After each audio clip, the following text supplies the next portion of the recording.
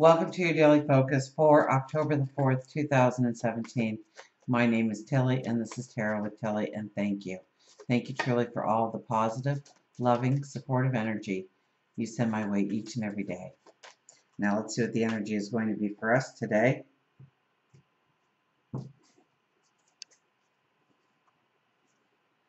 The Hangman. The Hangman comes in at the very first card. So, see what else we get here. Oh, we have the Tower in the middle, and powerful energy, by the way. Hangman and the Tower, and the Ten of Swords. Well, we are going towards a full moon in Aries, where, Aries is kind of like that pioneer kind of energy.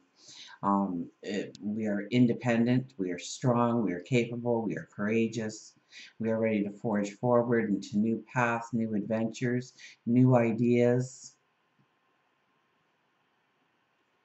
Remember, we've got the Libra sun playing into that full moon, though, right? So that is all about the harmony, the compassion, the balance that needs to be there. So it's, I guess, trying to find the balance between our individuality and the collective. Now we have the Hangman, the Tower, and the Ten of Swords. The Hangman, now he's tied upside down, but he doesn't look like he's struggling. In fact, he looks deep in thought, if anything else. The crow or the raven there brings in spiritual messages. So if we're quiet today, if we're still today, if we're not trying to push ourselves doing something that doesn't bring us value, just wears us down, maybe it's time to take a step back. Maybe it's time to take a deep breath. Maybe it's time to understand a little bit about how to bring that balance in, where you can be your own person and yet fit in to life, to the environment, to our relationships, to and that could be relationships within the community, that could be relationships throughout work. Knowing that we need other people on our team in order to be successful, and yet knowing that we are the driving force in ourselves being successful, and trying to find that balance, trying to find that harmony. Now the Tower card, and I was kind of hinting to this card, I think it was yesterday, that I kept envisioning the Tower card, that it was, the Tower had been torn down, and we are left with the foundation with the Four of Wands, I believe it was. And now it's time to rebuild those walls. So it's strong, so it's successful, so it's sustainable, so it's long-term, so it's tangible. Now the moon is in Pisces for part of the day, and then it goes into Aries, so we may be more in tune with our own spirituality and our feelings and the collective feeling, rather than when the moon starts to go into Aries. So the later in the day, the more we are going to be looking at our independence, our own values, our own goals, our dreams. And that's usually when self-doubt comes in. Because when you got a team behind you, you feel a little stronger and more confident. But when you're standing there all by yourself, and you know it rests with you and you alone, that's when we can start to self-doubt ourselves. That's when we can allow ourselves to not believe in ourselves as much. That's when we start telling ourselves that we couldn't do it before, why could we do it now? It's not the right time. If only this were in place, then I'd be successful. But we start making those little excuses for ourselves. So if we fail, we can say, well, it was because of this, obviously. I said that before I even got started.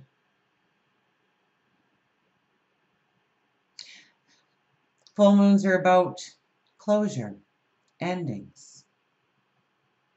The Tower card is really a card that symbolizes something being taken out of your life that no longer serves a purpose or a value, that makes those walls weaker.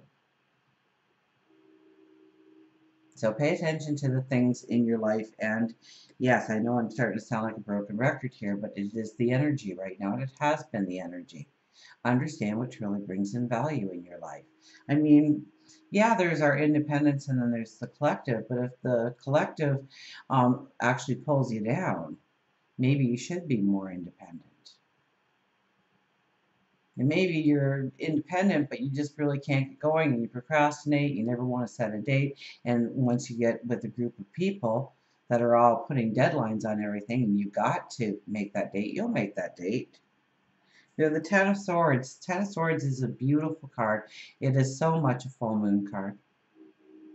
Because this says you have completed the path.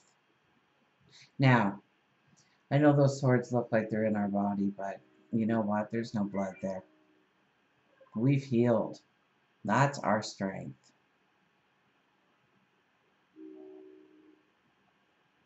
This is a card that says you have walked through fires. You've walked through hell. You've walked through chaos. You've walked through tears and sorrow. And yes, some laughter and joy, but that's not this part of the card. This is talking about the struggles.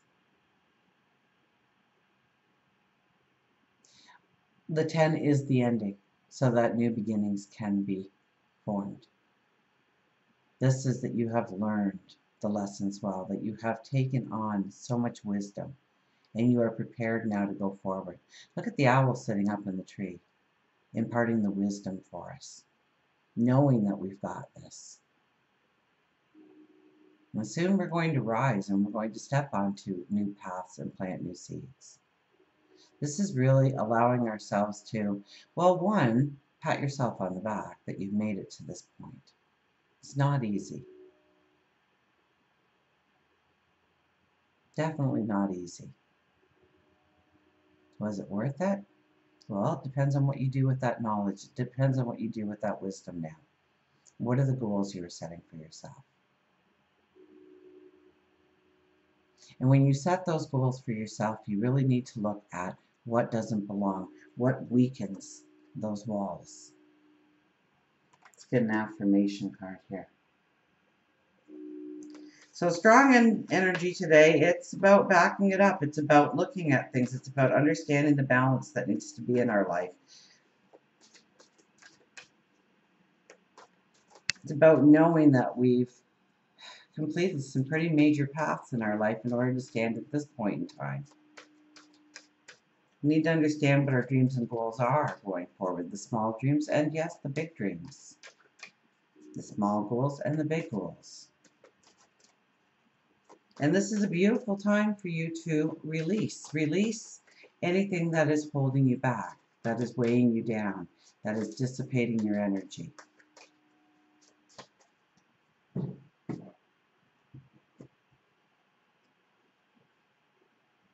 The Queen of Earth appears.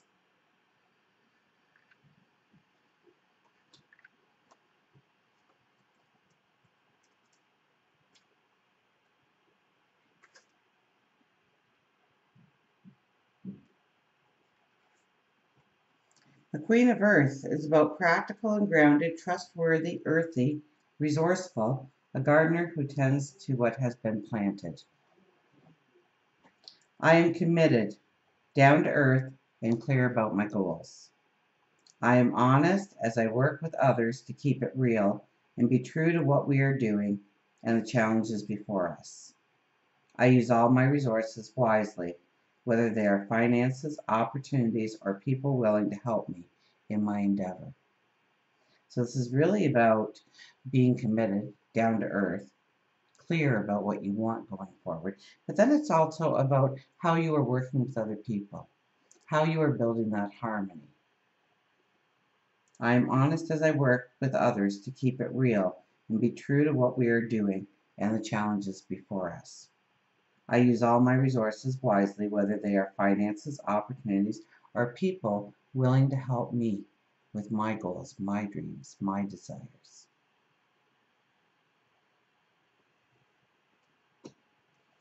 So very fitting. Where's our animal cards? Here we go. So the Queen of Earth is asking us to be grounded. And how do we get grounded? Sometimes by taking a step back through reflection, prayer, meditation. and getting out in nature for just even a few minutes, a small walk, down a path, down a lane, down a beach.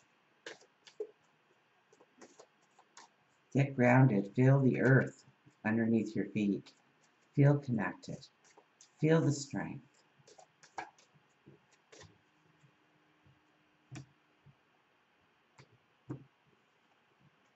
Get busy.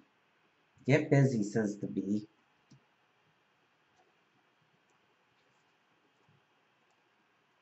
And what does the bee do the most? Works with others. Busy, alive, goal setting, and fertility. The happiest people are those who are too busy to notice whether they are or not. B tells you it's time to get busy. Instead of trying to get all your projects done by yourself, ask for assistance. Reach out. Grow the harmony. Deepen the relationships. Some are leaders while others are followers. Know what category you fit best in and use that to your advantage. While you may hate to clean, there are others who love it. While you may love to organize, others may need direction in how to best accomplish it.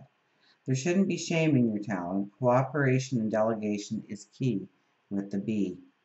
Embrace B by taking small steps, but begin a project or task in front of you, even if it seems impossible. And I think since we are in a full moon, it's more of picking that task that needs some kind of completion or ending. One of the most important things to remember if you want to be successful is that procrastination is your biggest enemy. Delaying things sabotage your goals, and don't lose hope. Remain determined. You may want to start an exercise program. B lets you know in order to motivate yourself, you need to work as a team. Instead of running on the treadmill, join a volleyball team. Instead of walking around the block by yourself, ask a neighbor to join you. The pressure you put on yourself will greatly decrease if you engage others who can help motivate you. And sometimes, we sit there and we push ourselves and we push ourselves and we push ourselves and still we really got nothing done. And then what do? We beat ourselves up over it. So having that team, having that tribe, having those friends, having those associations, those partnerships, and asking them to join in can really bring in the success. So look where you can bring in maybe a little bit more of harmony with your community, with your friends, with your neighbors, with your coworkers, with your family. Understand how many hands gets a job done very quickly, and how you can actually cash in on that knowledge and stand strong in your own independence, yes, but don't be afraid to ask for assistance, and don't be afraid of being that helping hand.